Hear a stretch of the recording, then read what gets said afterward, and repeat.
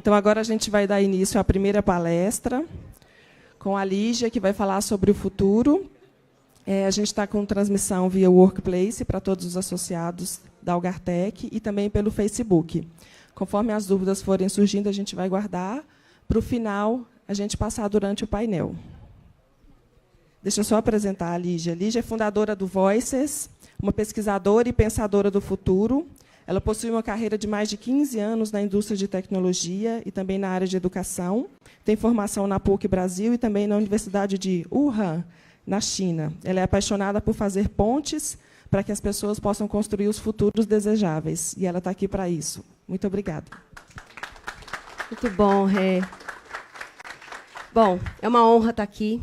É sempre um privilégio poder estar entre apaixonados pelo futuro, alguém que constrói um ambiente todo desse de tecnologia, predisposto a trabalhar com os clientes e trazer o futuro que para muita gente parece distante, mas ele já está entre nós. São pessoas que fazem pontos assim como eu. Então é uma honra estar aqui.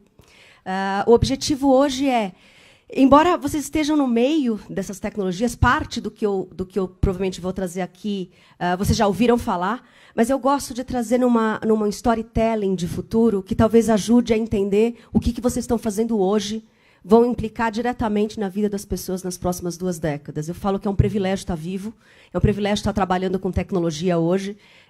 Nós estamos pavimentando não só uma alta produtividade da raça humana, mas nós estamos também pavimentando uma alta humanidade. A tecnologia traz para a gente essa capacidade de nos tornarmos melhores humanos. Ok? Bom, vamos começar? Vamos ver se eu aprendi aqui com esse daqui. Ok. O Voices, ele acredita muito. Tudo que eu fiz ao longo da minha vida, foram 12 anos só na IBM. Eu tive muito contato com pessoas que produzem tecnologia de ponta, assim como vocês. E esse efeito Black Mirror, que junta o melhor da tecnologia com o pior do humano, nunca fez muito sentido para mim. Porque eu conheci não só pessoas muito boas tecnicamente, em inteligência artificial, óculos de realidade aumentada, IoT, cibersegurança, mas eu conheci humanos muito, muito, muito especiais, cujos valores como pessoa estavam setados no lugar certo. E não fazia sentido isso que a gente via nas narrativas de Hollywood. Então, quando eu saio da IBM em 2016, eu tinha um network que eu costumava cuidar. Né? Network não é aquilo que a gente troca cartãozinho, mas você jogou o bate-sinal, a pessoa responde na mesma hora, você tem um network. E eu tinha um network muito bacana, que não era justo ficar só nos meus almoços, nos meus jantares, enfim, nos cafés que a gente conseguia tomar. E aí, como boa professora, eu brinco que eu sempre fui professora, eu sou professora, e eu estava e estou qualquer outra coisa. A gente não, quem dá aula de qualquer tipo sabe que quando você sabe alguma coisa muito bacana, você não aguenta ficar só para você. Você quer colocar na sua sala de aula. E é assim que nasce o Voices em 2016, num primeiro momento como uma atividade paralela de educação sobre o futuro.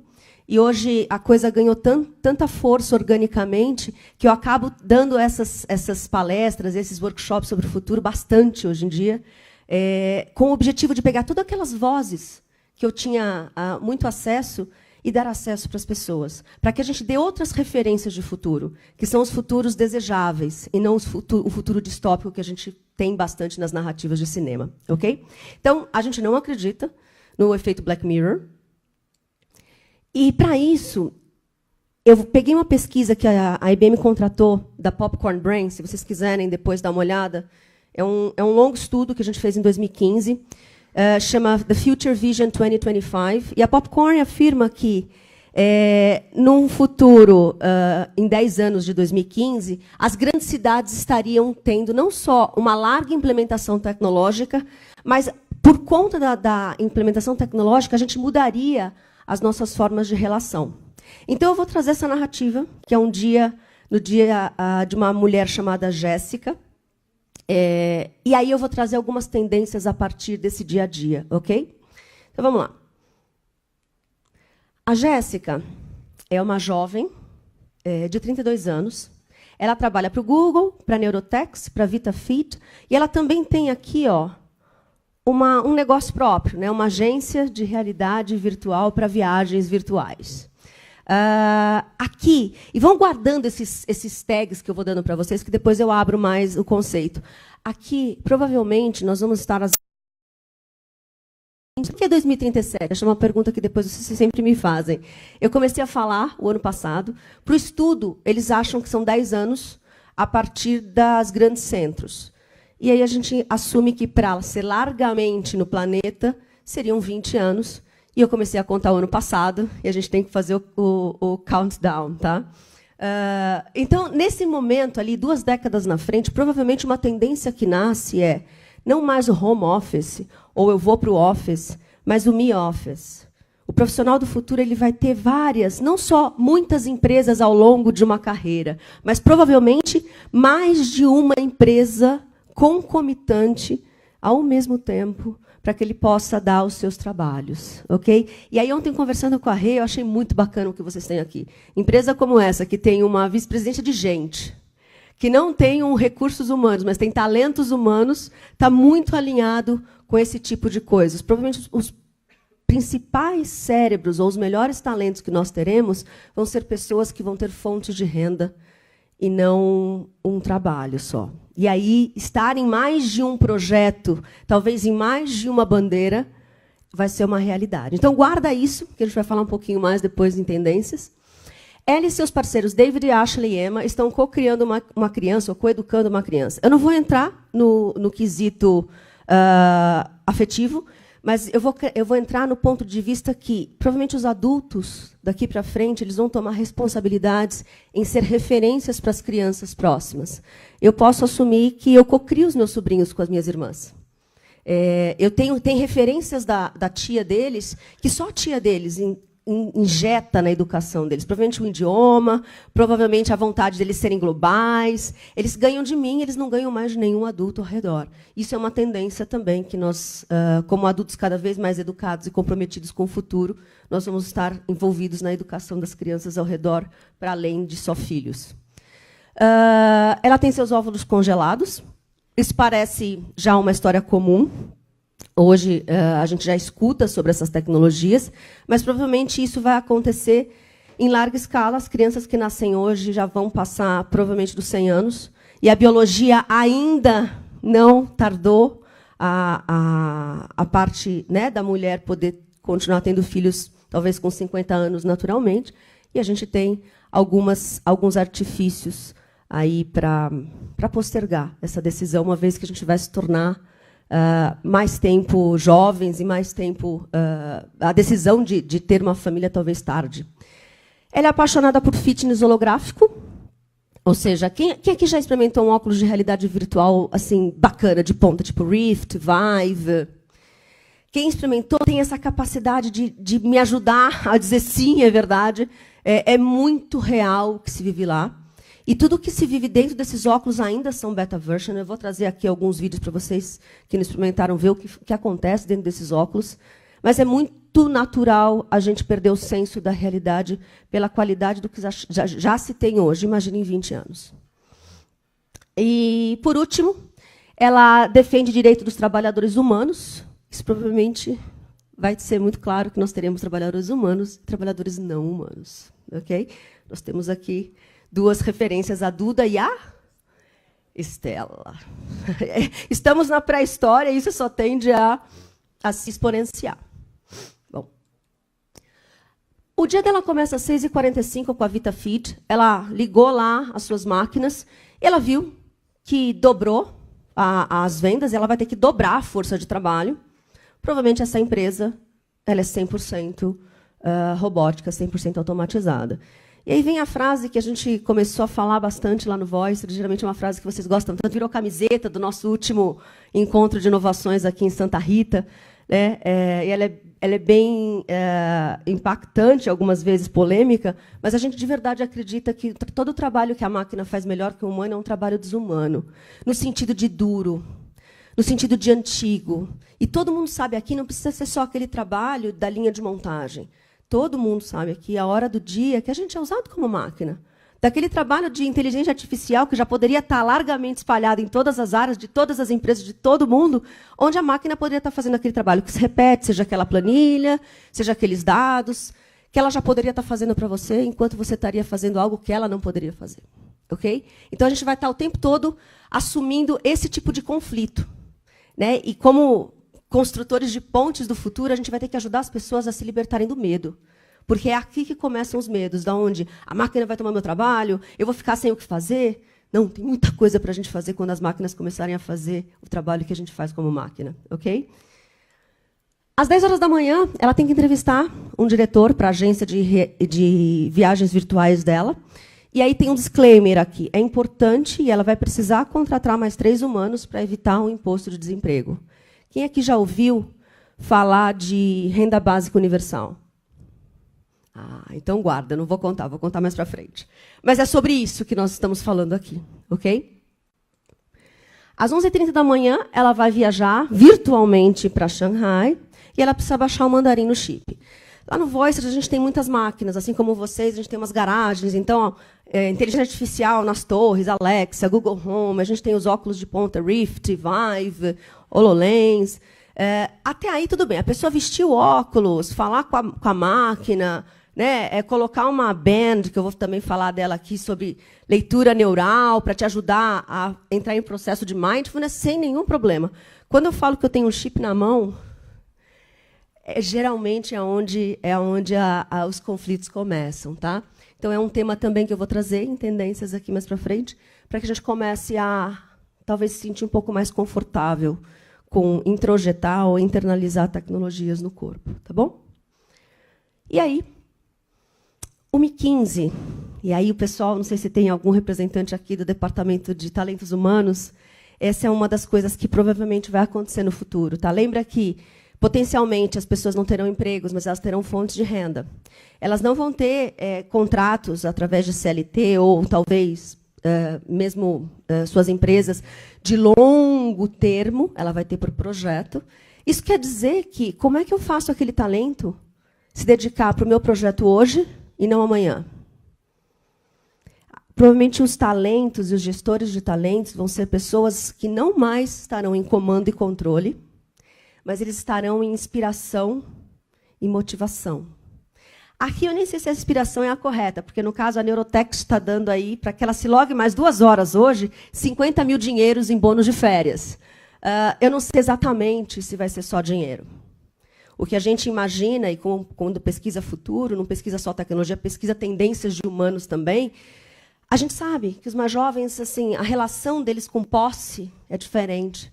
Então, talvez seja um misto entre algo que os inspire a colocar a sua inteligência à disposição da humanidade versus uma quantidade de dinheiro, de valor, que atue ali nas necessidades daquele momento da vida deles.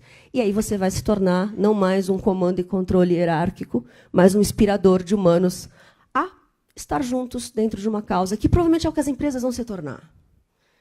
Elas vão se tornar lugares, assim, muito parecido com o que vocês têm hoje, talvez exponenciado em 20 anos, onde as pessoas atuem sobre a mesma missão. Se a minha missão é progresso da humanidade pela tecnologia, fez muito sentido eu trabalhar numa IBM há 12 anos. Porque é exatamente a mesma missão da IBM. E é por aí que provavelmente a gente vai desenvolver os ambientes de trabalho no futuro. Ok? E aí, às 3h45, ela termina o dia dela fazendo lá yoga com o grupo de Mumbai, na Índia. O importante aqui não é se vai ser melhor ou pior o digital. Eu acho que aqui eu estou pregando para convertidos. Não é ou, na verdade, é né? O analógico, ou a vida física, é a vida digital, é a vida... são só formas de se expressar, mas o mais importante aqui é o horário. 3h45, ela acabou o dia dela. Ok? E vai fazer yoga lá com o pessoal de Mumbai. Eu confesso para vocês que eu venho vivendo muito parecido esses últimos tempos com uma agenda bem flexível e eu ainda estou desintoxicando. A gente está tão acostumado a ser super produtivo, né? 8 horas por dia nunca é 8, nunca foi 8 para mim. Né? E 5 dias da semana, ok, eu respeitava meus sábados e domingos, mas sempre era muito produtiva. É o tal do high performance. Né? Hoje, quando eu tenho terças-feiras ou quartas-feiras, ou qualquer dia da semana, que o meu dia acaba às 3h45, eu confesso que eu ainda tenho um pouco de culpa de não estar sendo altamente produtiva. E, de repente, ir para o cinema completamente tranquila com aquela situação, entendeu? Mesmo que eu entreguei, mesmo que está tudo certinho, ainda tem algo dentro da gente que foi condicionado a ser altamente produtivo. E numa sociedade da criatividade, você não põe criatividade 8 horas por dia, 5 dias por semana. Criatividade não funciona assim. E vocês sabem disso, porque vocês vão começar a viver cada vez mais garagens como a que vocês colocaram hoje. Você não marca horário para a pessoa ser criativa, você cria ambientes para que a criação aconteça. Ok? Bom, com isso, o futuro para a gente ele é plural. Não tem um futuro desejável. São futuros desejáveis, são narrativas possíveis, onde a gente vai trabalhando para que a gente encontre elas. E eles são exponenciais, que é o diferente do distópico, que é diferente do escassez, que a gente está acostumado, que não tem para todo mundo. Né? No mundo onde a gente tem essa quantidade poderosa de tecnologias, eu estava fazendo esse exercício ontem, né? É muito triste a gente ver uma quantidade tecnológica, vamos pegar de uma rede social como o Facebook, cujo modelo de negócios ainda é só mídia. Tem que ter outros modelos de negócio. Eu vou trazer aqui o futuro do que eles lançaram esse ano, que eu acho que é para onde eles vão conseguir ser Facebook mesmo, entendeu? Porque a gente migrou os modelos de negócios antigos para tecnologias extremamente poderosas. Não vai fazer muito sentido ser só isso, ok? Então tem que ser exponencial.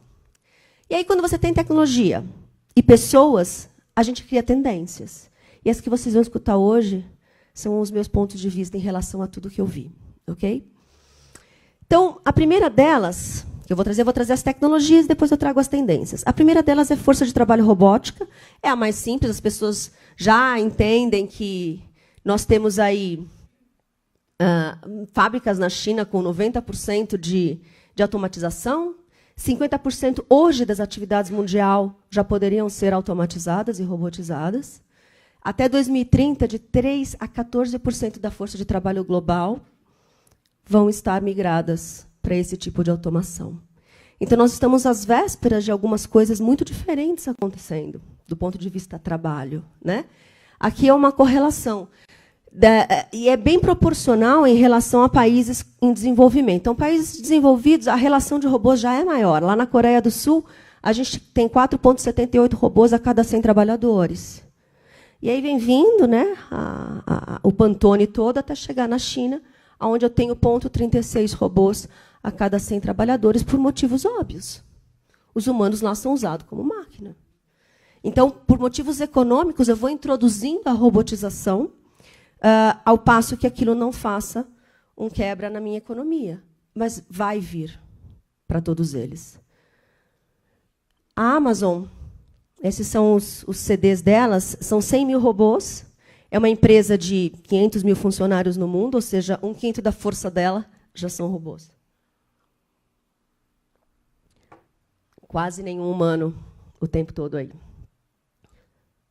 E aí a segunda tecnologia que eu trago para vocês é VR e AR, né? Virtual Reality e Augmented Reality. E a provocação que eu faço é Virtual Reality ou Real Virtuality? Hoje, imagina, tudo que eu estou mostrando aqui é tijolão. Lembra aqueles celulares 20 anos atrás? As tecnologias são todas beta version. Elas ainda estão maturando. Okay? Das de ponta, que eu conhecia lá, o Watson, até o chip que eu tenho na mão, eles estão começando a se desenvolver para atingir um nível de maturidade, talvez na próxima década. Okay? Mas já é muito real, e o óculos não é diferente. Então, a gente vive muitas coisas, e não é só em relação ao óculos. Sei lá, quantas emoções a gente não sente através do WhatsApp. E a tela é verde, pequena, quadrada, ruim, e a gente já está conectado ao outro. Tem um pensador que eu gosto muito, que chama Jason Silva. Ele é um venezuelano que cresceu nos Estados Unidos, e ele tem essa característica dos profissionais talentosos do século XXI. Ele é um diretor de cinema, que fez cursos minors nos Estados Unidos, eles chamam, em tecnologia. E ele tem toda uma parte também grande em filosofia. Então, ele junta tudo isso em narrativas maravilhosas. Ele tem um canal no YouTube chamado Alway. E ele faz vídeos que fazem a gente pensar um pouco. E tem uma coisa que ele fala ali que é muito clara. Por muito tempo, com tecnologias rudimentares, a aproximação geográfica e aproximação de atenção, ele chama de geographic proximity e attentional proximity, era a mesma coisa. Eu só podia dar atenção àquilo que geograficamente eu estava perto. Hoje em dia, com a tecnologia já que nós temos, attentional proximity e geographic proximity já tem um gap gigantesco. Se eu perco alguém para o WhatsApp, a culpa é minha. Talvez a minha capacidade de gerar atenção é pequena naquele momento. Ok? Mas ninguém vai discordar de quem está no WhatsApp e não está aqui. E é o que vai começar a acontecer largamente quando a gente tiver essas tecnologias entre nós com facilidade. Alguém aqui já viu esse Facebook Space? Já ouviu falar? O Facebook Space já está em beta version dentro do Rift, né, que é o óculos que o Facebook comprou em 2014. E diz a lenda que a compra foi assinada porque era um calorzão na Califórnia, Zuckerberg foi introduzido no óculos, uma narrativa lá de esqui, e ele sentiu frio, porque essa narrativa ela é tão bem feita através da tecnologia que o estímulo é direto no córtex frontal da visão. E é por isso que você sente frio, medo de altura, enfim, as sensações no corpo é gerada a partir do estímulo do córtex. E aí, desde então, eles estão trabalhando em formas de poder massificar a tecnologia. E lançaram alguns óculos. Esse daqui é o teste deles em relação ao Facebook. O Facebook vai deixar de ser uma jornal diário, digital, e ele vai ser um espaço aonde vocês e eu, provavelmente, vamos gravar coisas em 360, seja foto ou vídeo.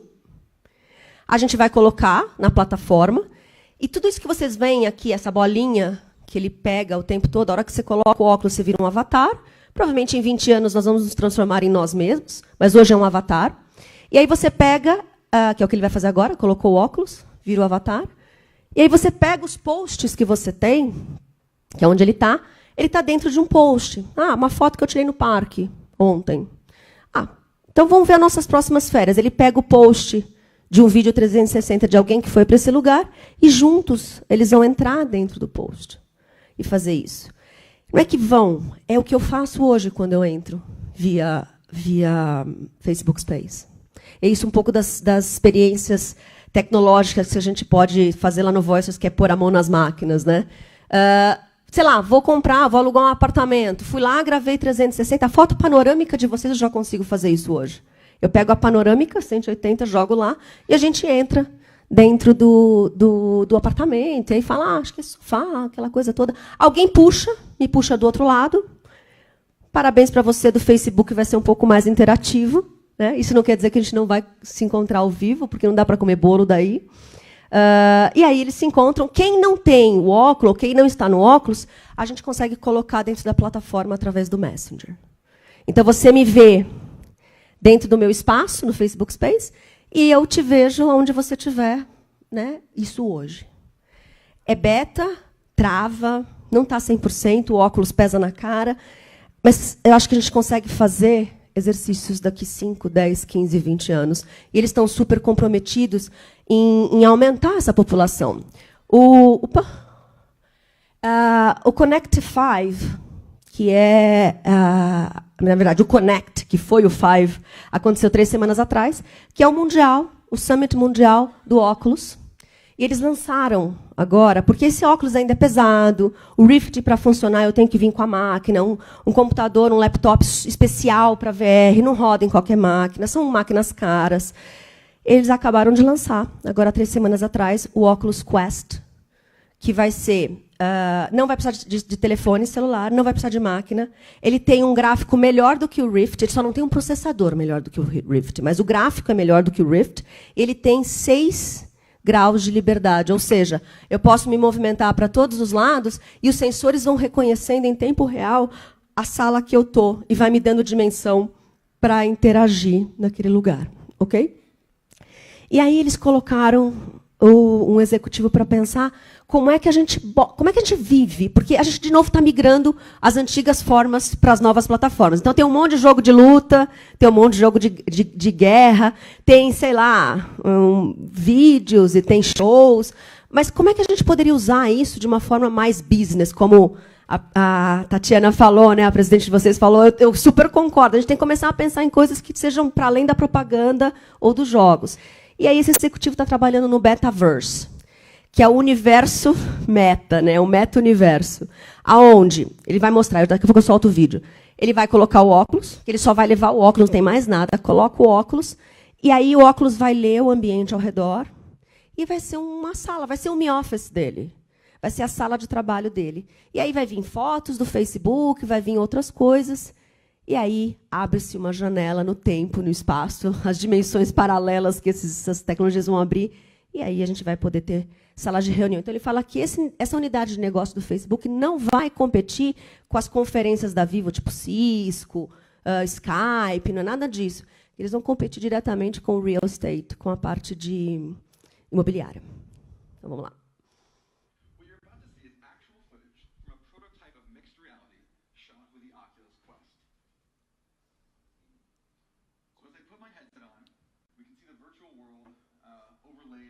Olha lá, ele está lendo o mundo real naquele momento. E meio que desenha ali.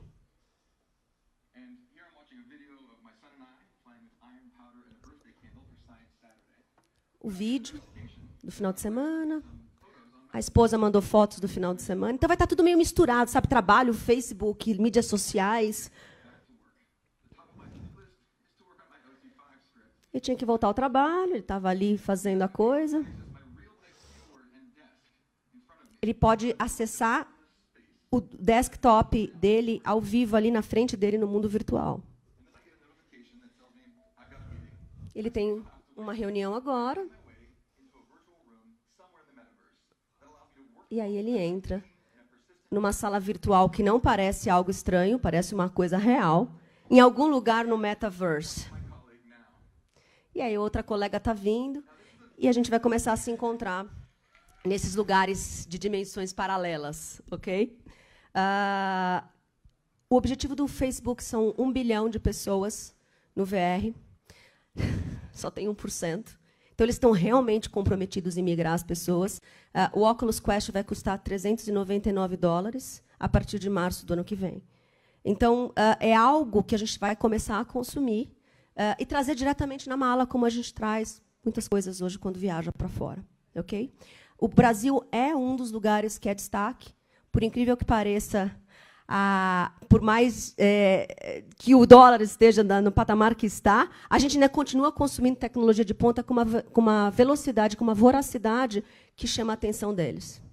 Então, o Brasil não é alguém que está para trás dessa história. Ok? E a gente tem muita gente fazendo coisas bacanas. Referências em São Paulo, quem for para São Paulo e quiser experimentar esses óculos, a gente tem no ecossistema o Rodrigo Terra, ele é presidente da Era Transmídia, e ele é sócio do Filho do Justus em algumas empresas. Uma chama Árvore Imersiva, que faz todas essas narrativas para óculos. Eles acabaram de lançar no Iguatemi JK, quem vai para São Paulo com frequência, o Voyagers, que é um lugar onde vocês podem experimentar esses óculos de ponta, Rift, Vive, como quem faz um Playland, 30 minutos, 60 minutos, mas são óculos de ponta, com narrativas exclusivas. Então, vale a pena quem quiser experimentar as tecnologias já agora. Bom, e aí a gente entra no campo onde vocês conhecem bastante. Eu brinco que a maioria dos projetos de inteligência artificial do planeta hoje passam por esses 9 grandes cérebros. 3 são chineses, Alibaba, Baidu, que é o Google chinês, e a Tencent, que é uma empresa de inteligência artificial. A China está super comprometida com isso. A gente está muito acostumado a olhar as empresas americanas e europeias, mas o que eles estão fazendo ali é tecnologia de ponta, dentro de um sistema político talvez mais fechado. A gente precisa começar a fazer viagens para lá. Vocês que são executivos, convido vocês a começarem a não só viajar para o Vale do Silício ou para a Europa, mas para viajar para a China e entender o que os caras estão fazendo lá. Porque tem muita coisa sendo testada que não necessariamente os Estados Unidos estão fazendo. O que eles geralmente falam é que os Estados Unidos descobriu AI e que eles vão implementar AI no planeta. E eles estão bem comprometidos com isso. Tá? Eu brinco que a gente está às vésperas da eleição ser finalizada semana que vem. Eu, como todo brasileiro, Estou na expectativa, um pouco preocupada. Mas eu estou mais preocupada em 10 anos a gente começar a conversar de perto com empresas que dominam esse tipo de tecnologia. Eu brinco que eu gostaria de votar para os presidentes delas também, porque é a tecnologia mais poderosa que nós temos, e eles usam diretamente dados que nós produzimos. Então, não vai ser mais só sobre uma conversa público ou privada, mas as pontes vão ficar cada vez menores. E não se assustem se em 10 anos a sociedade quiser conversar com vocês também, porque vocês vão estar provavelmente desenvolvendo tecnologia de ponta usando dados de humanos. Ok? Aqui, esse professor tem um TED, chama isso daí mesmo, How AI Can Save Our Humanity. E é o do professor Lee, ele é um chinês. Ele foi o chinês que desenvolveu na Apple, 24 anos atrás, o Speech Recognition da Siri. Então, o cara que faz AI uma vida inteira, o TED é muito bom, e é dele que saiu essa forma de... O que de verdade a AI vai levar embora dos nossos empregos e em quanto tempo? Tá? Então, ele coloca, de um lado, a linha da otimização e, do outro lado, a linha da criatividade, da linha da estratégia. E aí ele faz a seguinte situação. Tudo que for repetitivo, então vamos lá, televendas, manual, qualquer coisa de lavar, limpar, alguma coisa de suporte ao cliente, AI. Rotina, motorista, hematologista, segurança, e qualquer emprego que vocês consigam classificar com rotina, ou a parte do seu emprego que é rotina, AI. Otimização, toda a parte de radiologista, repórter, analista, né, coisa que se repete também, a gente pode otimizar, AI. Complexo, CEO, fusão, aquisição, economista, ou criativo, escritor, cientista, artista. Em quanto tempo? Esse em 5 anos. O que é rotina em 10? Otimização em 15. Por enquanto está seguro. Ok? E aí ele faz a seguinte situação. Ele divide em otimização, continua dividindo em otimização e criatividade estratégica. E aí, empregos e trabalhos e funções e atividades que requerem empatia, ou seja, que requerem humanidade, e as que não requerem empatia. Ok? E aí ele começa. Vão ter muita coisa de criação, de artista. Sabe aquela profissão que, de repente, 3 gerações atrás, os nossos avós, bisavós, isso é coisa de gente que não é séria, né? Vai ser artista, imagina! O negócio é estar lá na fábrica. Guess what? Provavelmente vão ser para onde todos nós vamos ser convidados a migrar. Vamos ser todos um pouco artistas, criativos, pesquisadores, cientistas, professores nas nossas funções, nas diversas funções que a gente vai ocupar. E aí ele fala assim, essa primeira, aonde a gente vai ter um grau de otimização possível, mas a gente vai precisar de um grau de empatia importante, vai ser como? O AI, como a base, provavelmente, do diagnóstico, a base da verificação, a base da pesquisa, do matching entre humanos e necessidades, e o layer humano junto com. Né? Aqui embaixo, o AI vai fazer, e eu sei que vocês têm exemplos aqui de como o AI de vocês já está fazendo essa migração. Né? O segundo aqui, onde não requer tanta empatia, então volta lá. Economista, escritor, dependendo do escritor, dependendo do cientista, né, dependendo do artista, não requer tanta empatia, mas ainda assim o grau de humanidade é alto, vai ficar uma coisa meio híbrida, né?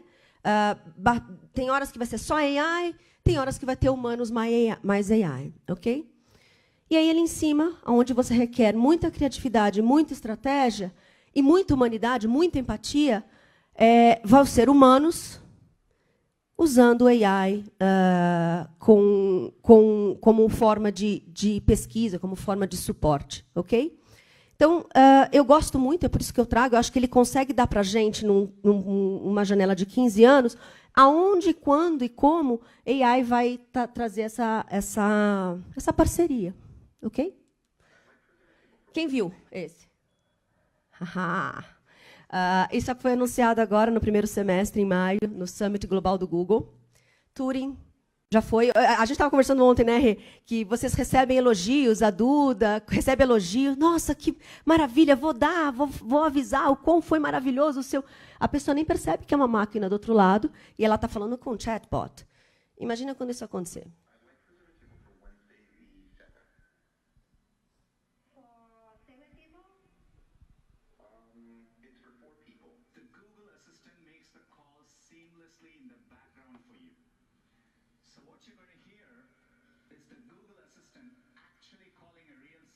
Então, ele vai ligar para um salão de cabeleireiro.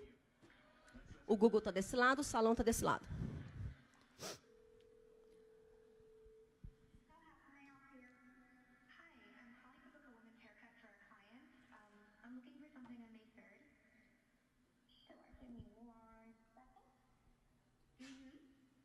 Uhum.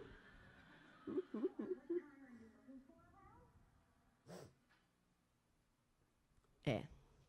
Então, eu acho que desse lugar, a gente já não vai ter mais diferenciação de voz das máquinas. Quem assistiu Her, eu acho que essa é uma voz muito próxima daquele filme, né? E, de uma forma geral, quantas vezes a gente precisa estar parando no dia para fazer esse tipo de coisa? Eu acho que vai ter muito mais tempo para fazer outras coisas que não sejam repetitivas do que, de repente, ligar para um salão ou ligar para algum lugar, onde a máquina, como assistente, como parceiro mesmo do seu dia a dia, ela vai poder fazer para você. A próxima... Opa. Essa daqui, geralmente, quando eles lançam num summit global, eles vão botar em beta version nos próximos 24 meses. Aí, se crescer, é ótimo. Se não crescer, eles engavetam e vão testar de novo. Esse daqui, o Facebook lançou uma semana depois do Google Summit, o F8, também em maio, e eu achei que ia demorar um pouco mais de tempo, né? Foi algo que me surpreendeu, mesmo eu que acompanho tudo isso de pertinho. Eu sempre tirei muita foto, eu sempre coloco um monte de coisa, eu tenho um Instagram fechado com um monte de foto, porque eu sempre achei que, de alguma forma, ia ser meio QR Code para tirar as minhas memórias. Quando, sei lá, passa muito tempo, a gente esquece das coisas. A memória humana não é muito fácil de ser lembrada. E eu tirava muita foto e gravava as crianças, gravava meu avô, gravava todo mundo. O que eles lançaram? Eles vão pegar o AI deles e vão transformar pixel a pixel as fotos e os vídeos de vocês. Então, continuem tirando foto, nem que seja para colocar em grupo fechado. E você vai, e através das fotos do álbum de vocês, eles vão reconstruir memórias. Ou seja, vocês vão poder visitar a memória de vocês. Sabe aquele programa do Luciano Huck, que ele pega uma foto, sei lá, uns negócios que você entra de novo no passado? É exatamente isso que vai acontecer. Então, com AI mais VR, que são duas coisas que eles têm, eles estão entre as 9 empresas e possuem um dos óculos mais poderosos do planeta, eles vão, a gente vai poder voltar no tempo. E eu acho que é por aí que começa o negócio deles de verdade, tá? Que é, imagina, eles vão competir diretamente com real estate, eles vão competir diretamente com todos os streamings de TV.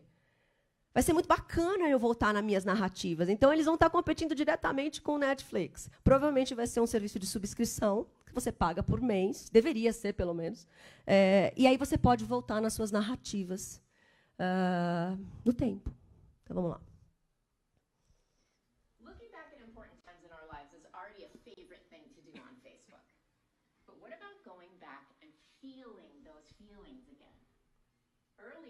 Showed you a sneak peek at a demo that our team is working on, but I want to give you a closer look.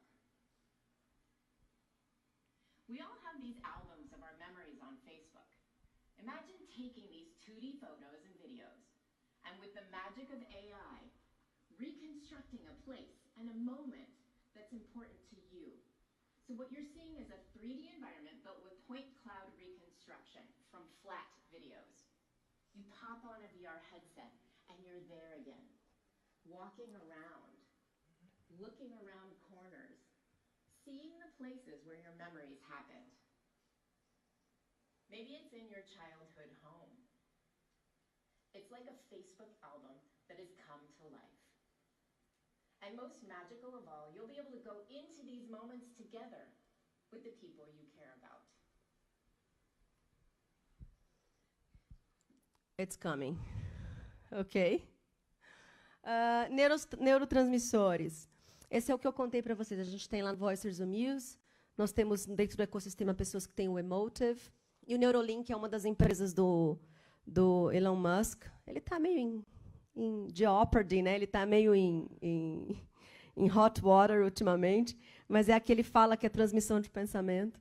Fato é, a gente já tem tecnologia de ponta, coisas que só tinham em hospitais, consultórios de neurocientistas, enfim. Aonde o Muse, é o que eu posso falar que é o que a gente tem lá, é uma band, Então, é uma faixa, né, uma leitura de ondas cerebrais, aonde você coloca, ele calibra com o seu cérebro naquele momento. E ele a proposta dele é te manter em estado de presença, ou seja, de mindfulness. Então, você tem várias narrativas. Eu gosto muito da chuva. Quando eu coloco lá, ele faz a calibragem no meu cérebro, e eu estou muito agitada, estou muito estressada, eu escuto um temporal, né? E através da respiração, do trazer o meu centramento, eu vou escutando uma chuvinha, até eu escutar passarinhos. E a proposta da máquina é que é treinável isso. A hora que você faz isso todos os dias, durante 5 minutinhos, você consegue fazer isso 100 durante o seu dia. Então, saiu daquela reunião, saiu daquela situação estressada, porque o seu cérebro trabalhando em alta voltagem é totalmente prejudicial, a gente adoece, e todo mundo sabe quem está exposto a estresse intenso. $199. Então, começam a ser tecnologias que você, super de ponta, que você pode adquirir na próxima viagem que vocês forem fazer nos Estados Unidos. Ok? Biotech. Aqui foi, eu implementei, está lá no canal, depois, se vocês quiserem ver o dia da implementação, eu brinco que é o dia que eu virei ciborgue. É a mesma tecnologia. É uma tecnologia de NFC, de Near Field Communication, então não tem GPS, as pessoas não me acham. Ela serve para quase nada. Ela só funciona em Android, que tem a NFC, depois se alguém tiver celular aí e quiser testar. Quando ela quer também. Mas, teoricamente, está programado para pular o meu contato, e aí vocês salvam sem ter que digitar nada, telefone, e-mail, essas coisas todas. Podia ser o meu Facebook, podia ser meu LinkedIn. Eu tenho um amigo que pula no Spotify a trilha sonora do Star Wars, o outro que tem na casa dele Smart Lock, né, ele consegue abrir a casa, a fechadura da casa, inteligente com a mão. Mas, teoricamente, é isso que faz o chip hoje, que é a mesma coisa que essa empresa americana de Wisconsin fez com os empregados deles. Eles substituíram o badge, porque é a mesma tecnologia que está no cartão, no badge de vocês. Eles entram na empresa com a mão, eles pagam a lanchonete com a mão, e é isso que eles usam. Okay? Eu acho que a conversa toda desses chips, e eu fiz com uma empresa, com a faculdade, uma parceria de uma empresa de Goiânia, com a Faculdade de Medicina de lá. Foi uma onda, 1 ano e meio atrás, a galera que estava no meio do futurismo em São Paulo, todo mundo fez, então deve ter umas 500 pessoas lá em São Paulo que botaram esse chip na mão, todo mundo junto, nos festivais de inovação que a gente estava. De uma forma geral, por que alguém faz isso, se quase não serve para nada? Eu acho que, da mesma forma que eu trago para as pessoas as possibilidades de pôr a mão na máquina, as outras máquinas que eu já mostrei, eu quero contar essa história. E, por incrível que pareça, depois da pergunta para que serve o chip e aonde eu consigo fazer, a terceira pergunta que eu mais respondi foi se eu acreditava em Deus. Por conta da história da marca da besta, entendeu? A gente precisa conversar sobre essas coisas. O biohacking no futuro vai ser provavelmente a substituição dos nossos exames periódicos. A boa parte das nossas funções vão estar sendo checadas por chips internos, por nanotecnologia medicinal. Onde, imagina as benefícios disso tudo, desde, olha, você não precisa passar mais no médico, se você estiver desorientada às suas funções biológicas, vai apitar lá e o seu médico vai mandar você ou ir para o hospital ou tomar um remédio. E para lugares muito distantes no planeta, a mesma coisa. Okay? Então, eu pus para a gente poder começar a ter uma história para ser contada. Tá bom? E ExoNice, alguém sabe o que é isso? Eu levei um tempo, depois que aprendi, que fica óbvio. Alguém tenta? Congelamento de óvulos. Esse é o nome em inglês. Empresas como Apple, Facebook oferecem isso como parte já hoje dos seus benefícios. Eu congelei óvulos agora em julho. É um processo relativamente fácil, emocionalmente grande. Teoricamente, como uma technologist, eu deveria ter feito no período de 2 meses, que é o que leva entre você sentar na frente do médico e executar o exame, assim, o procedimento mesmo leva em 1 semana, é muito tranquilo. Como uma laparoscopia, é muito rápido. Eu levei 10 meses. Então, depois, quem quiser conversar sobre esse tema, eu super volto para falar, mas é algo que vai ser muito comum. E nessa história, eu descobri, e aí eu vi que 2 semanas atrás saiu na Veja, e se saiu na Veja virou mainstream, né? Mas, nesse período, eu descobri eu não podia tomar nenhum hormônio. Então, eu fui atrás de outras formas de prevenção. E eu descobri Big Data ajudando na contracepção. É esse aplicativo desenvolvido com tecnologia suíça por médicos ingleses, e a Anvisa e todas as Anvisas do planeta que deixam entrar isso no território deles aprovam com 93% de acurácia e usa Big Data para isso. Então, a gente compra isso, custa $50 por ano, chega na sua casa com um termômetro de 2 dígitos, ou seja, precisa de precisão de temperatura, não só de 1 dígito, mas de 2. E todo dia de manhã acontece isso. A primeira coisa que, depois que o alarme toca, a primeira coisa que eu faço é medir minha temperatura. E essa temperatura, juntando com outras informações do meu ciclo mensal, se torna a base do Big Data, do algoritmo que roda dentro do app, para dizer qual é o momento fértil, e se eu quero engravidar, esse é o momento, e se eu não quero engravidar, esse é o momento também de se prevenir, usando Big Data. Temperatura basal. E foi muito legal, porque eu estava sendo acompanhada por um dos maiores médicos de fertilização que a gente tem no Brasil. Ele é o médico do Pérola Byton, que é o que fez o meu procedimento. Ele falou, Lígia, isso há 15 anos atrás, a gente ia a congressos mundiais, era uma máquina gigantesca, como é que você media basalmente e depois botava? Porque você tinha que medir todo dia, você ia todo dia, não tinha como fazer um negócio desse, entendeu? 15 anos depois, eu estou vendo você me trazer, eu nem sabia, fiquei sabendo por você, algo que realmente, a eficácia é 93%, é altíssima, só perde para as pílulas e para os DIUs. Ok? Então, quem quiser testar, é só entrar. Natural Cycle. Tendências. Então, com tudo isso de tecnologia que eu trouxe, por enquanto, só o hard information, elas já estão por aqui. Por onde isso tudo vai ser traduzido? Né? E essas são as minhas visões. Então, a primeira é a tal da renda básica universal, que vocês ainda não ouviram falar largamente.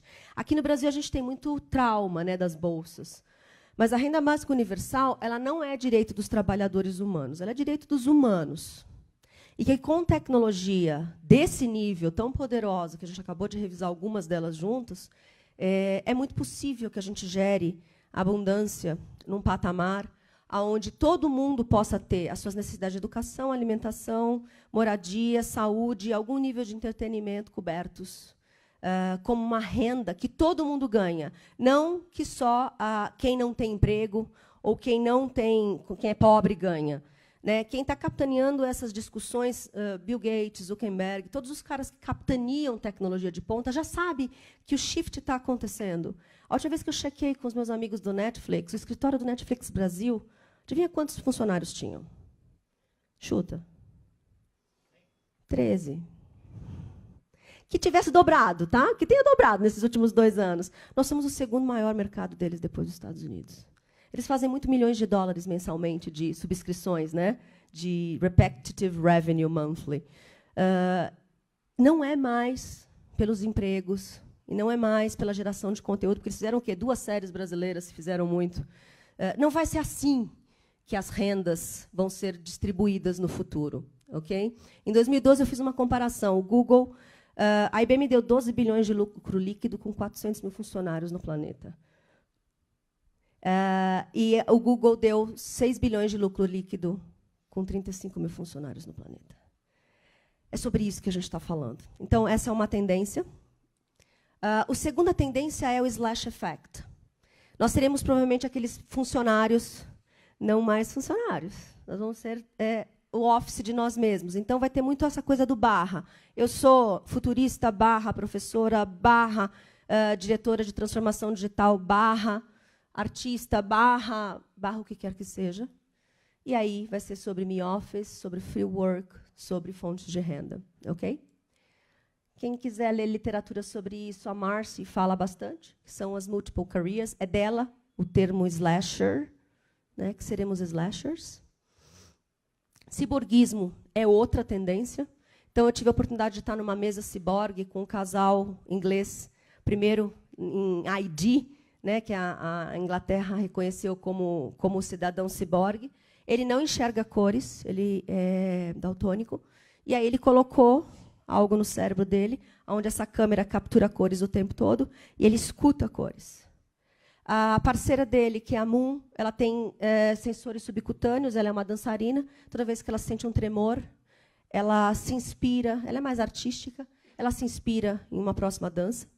No final das contas, a bandeira que eles levantam é: se a gente tivesse desenvolvido as nossas fraquezas com a mesma força que nós desenvolvemos o externo com máquinas, a nossa relação com o meio ambiente seria muito mais harmônica. Por exemplo, se eu tivesse dado óculos ou lentes de realidade noturna para os humanos, copiando a visão dos felinos, a nossa dependência de energia elétrica seria muito menor. E é essa bandeira que eles vão fazendo ao redor do mundo. Tá bom?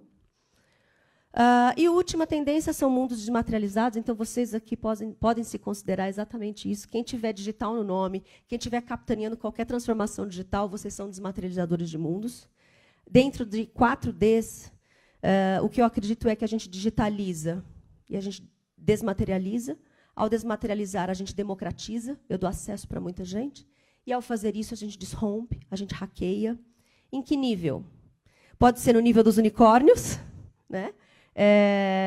Que são empresas bilionárias, só que elas têm uma característica muito clara, que são aqueles 4Ds.